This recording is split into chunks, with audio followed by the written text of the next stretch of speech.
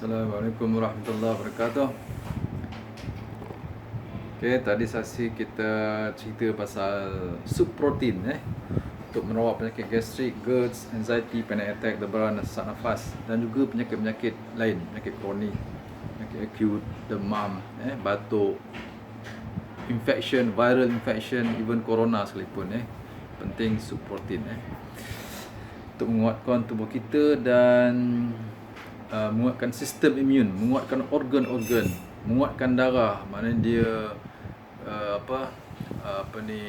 kalau kita pucat kan, makan sup protein jadi merah bibir merah, tapak tangan, kaki yang pucat jadi merah, yang sejuk jadi panas balik, angin-angin hilang angin, insya-Allah. Makan sup protein campur sikit lah, sama ada bawang putih atau bawang merah, bawang besar. Jangan campur dua-dua, nanti ganggu sistem hadaman. Salah satu bawang boleh bubuk dalam sup protein kita, dengan jintan manis, ketumbar kan, halia sikit, dan asam keping ataupun cuka apple sikit, setengah sebutir gitu.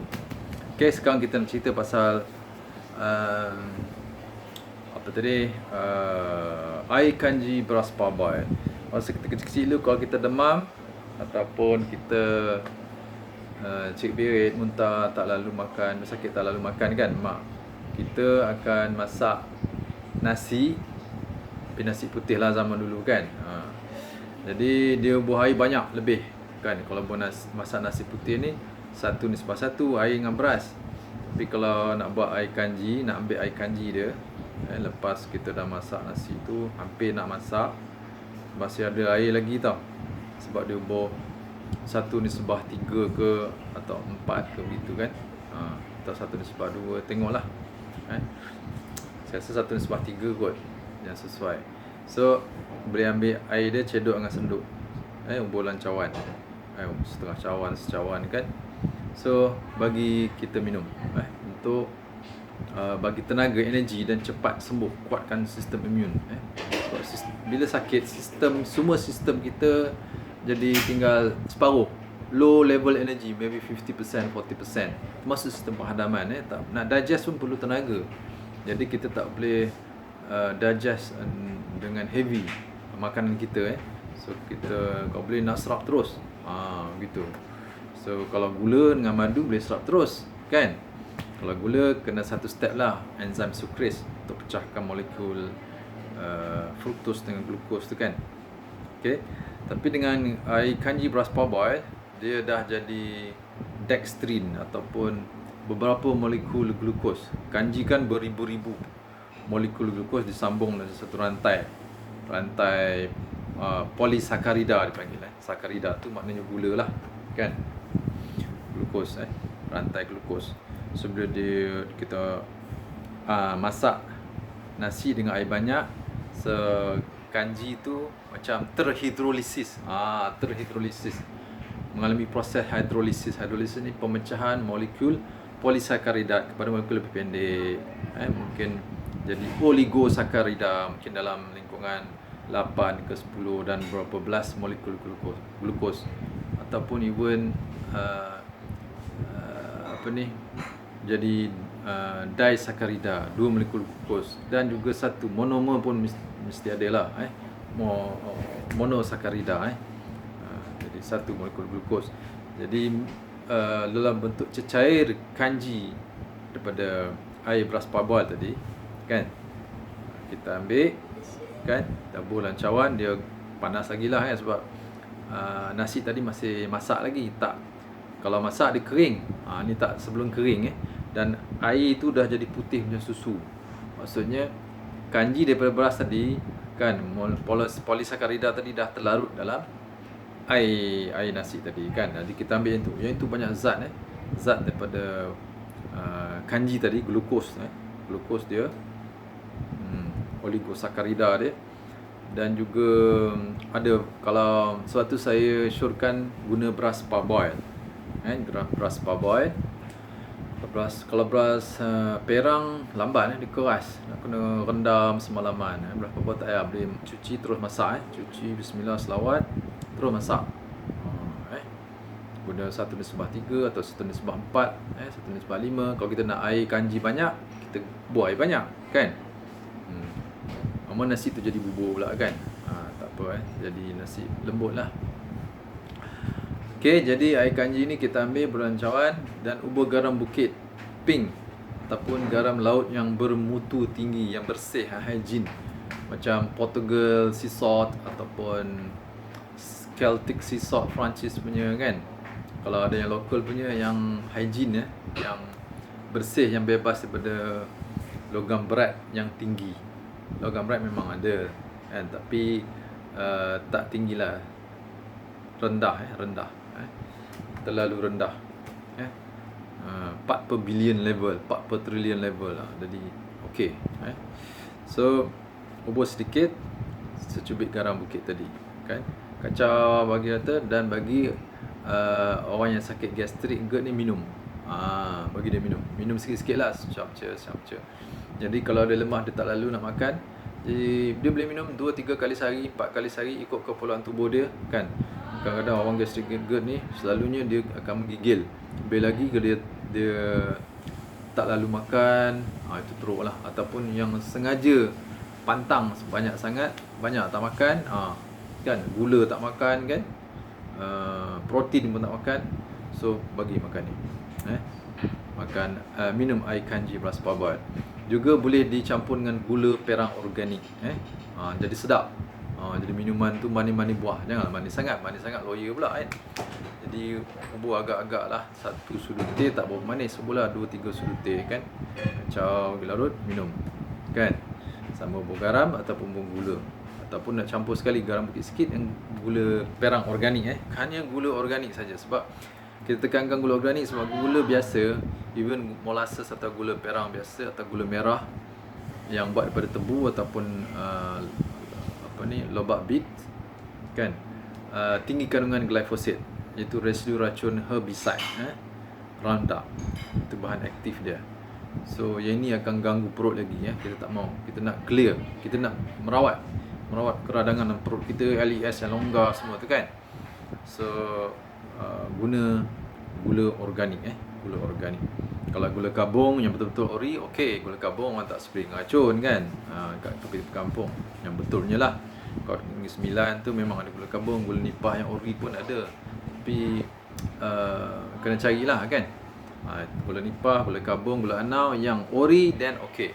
Tak payah organik, memang dah organik lah, tak perlu nak sifat organik kan. Tak ada orang spray dia pokok nipah tu, mati pokok nipah atau pokok anau tu kan. Gitu Alright, so makanlah air kanji beras parboiled ni untuk menguatkan tubuh sebab dia dapat energi segera. Kita perlu, orang sakit ni perlukan glukos. Glukos lah sumber utama. Dia tak boleh guna lemak, dia tak boleh guna protein. Tak boleh guna. Sistem dia defektif, cacat lah, ataupun tak efisien. Nak guna lemak dengan protein ni kan, toksik banyak. So enzim dia, gene expression tu menghasilkan enzim pun sangat lemah. Menghasilkan enzim tu menggunakan lemak, asid lemak melalui beta oxidation kan, menghasilkan tenaga yang banyak. Beta oxidation, asid lemak menghasilkan tenaga ATP berapa kali ganda daripada pengoksidaan gula atau glukos ataupun karbohidrat. Begitu juga dengan protein. Jadi kita perlukan gula daripada air kanji beras parboiled. Itu gula sebenarnya glukos, walaupun dia tak manis sebab dia oligosakarida. Dia bukan disakarida ya 100% macam gula biasa kan, gula perang. Dia disakarida kan, sucrose ataupun kalau disakarida glukos pun tak manis. Glukos pun kurang manis kan. Glukos yang pure glukos. So makan air kanji beras parboiled. Ini khusus untuk orang gastrik GERD yang masalah penghadaman, tak boleh cerna. Makan je trigger pedih ulu hati lah, naik angin lah, sesak nafas. Bila naik angin, sesak nafas kan, perut sakit, sesak nafas, radang, pedih sampai naik esophagus tu, GERD lah. So makan air kanji beras parboiled, insya-Allah dia terus serap insya-Allah. Dan dia ada bahan antioksidan, sebab tu guna beras parboiled. Dia ada antioksidan, anti radang, dan dia ada vitamin B complex. Tak silap saya ada 3 atau 4 jenis vitamin elemen vitamin B complex dalam beras parboiled. Ya.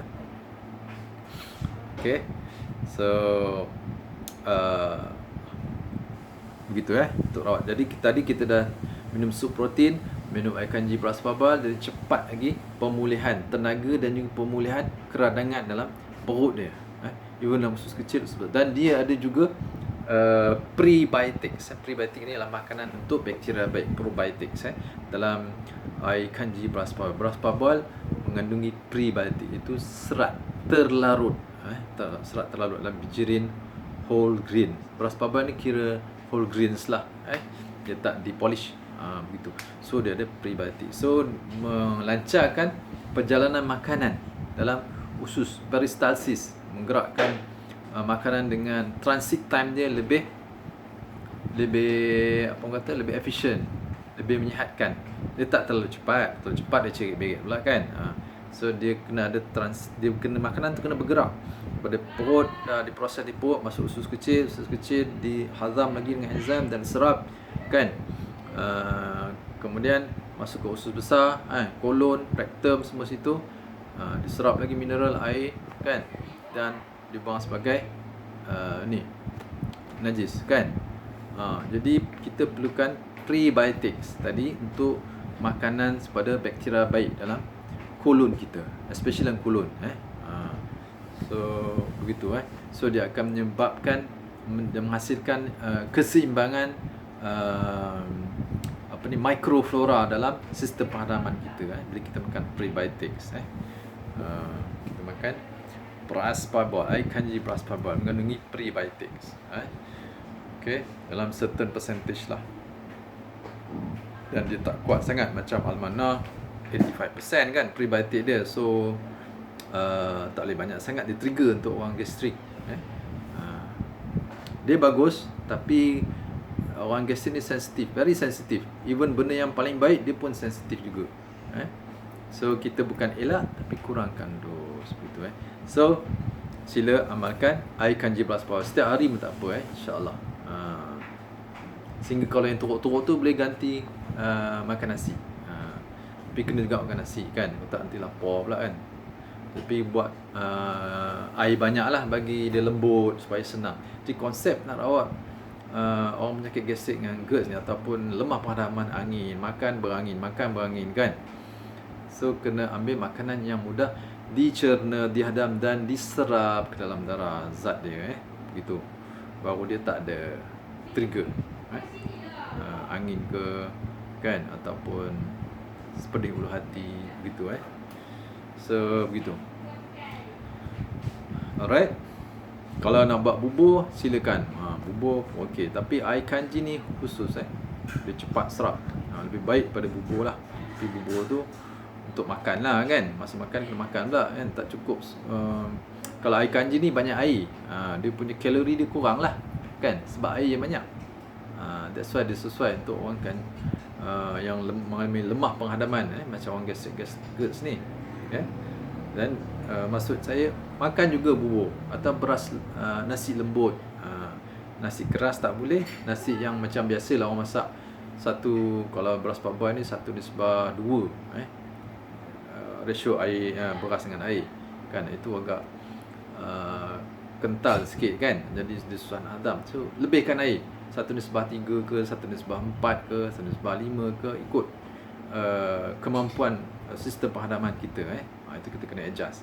Okay, so kita amalkan untuk orang gastrik GERD, air kanji beras parboiled, kemudian bubur nasi beras parboiled, ataupun kalau yang lebih dah semakin baik, berasa baik, boleh makan nasi lembut daripada beras parboiled. So ansur-ansur kan. Dan mungkin dalam masa 3-4 hari dia dah kuat dah. 5 hari ke dah, ataupun seminggu. Antara 3 hari hingga seminggu sistem penghadaman dah kuat, sebab kita amal minum air kanji beras parboiled, campur garam tadi. Garam tu bantu kuatkan perut kita. Dan juga sup protein. Kita dah terang dalam sesi sebelum ni kan, sup protein. So saya dah terangkan cara nak buat dia, kaedah buat dia macam mana, dan kita amalkan. Makan air kanji beras parboiled, minum air kanji beras parboiled, dan minum sup protein. ya, sup protein. So insyaAllah cepat pemulihan. Dicampur dengan air herba yang saya dah explain sebelum ni, air jintan manis, air sirih, air daun bidara, air apa lagi, air jambu batu saya tak terangkan lagi, air jintan hitam. Banyak benda boleh guna untuk merawat sebenarnya. Tapi dia yang penting dos dia dan juga dia punya dilution, pencairan dia. Dos dan pencairan dia perlu cair sikit supaya bahan aktif dia cepat diserap, kan, dia tidak duduk dalam. Dan kita tak mau serat banyak sangat. Kita nak sikit mesti ada, tapi jangan banyak sangat. Begitu. Itu kaedah tu saya dah terangkan dalam video lepas. Semoga bermanfaat insya-Allah dan Allah Taala beri kesembuhan kepada kita semua, kan, dan dapat kita tunaikan ibadah puasa dengan jayanya insya-Allah, dengan diterima oleh Allah Taala insya-Allah. Okey. Al-Fatihah. Subhanarabbika rabbil izzati amma yasifun. Salamun alal mursalin. Alhamdulillah. Assalamualaikum warahmatullahi wabarakatuh.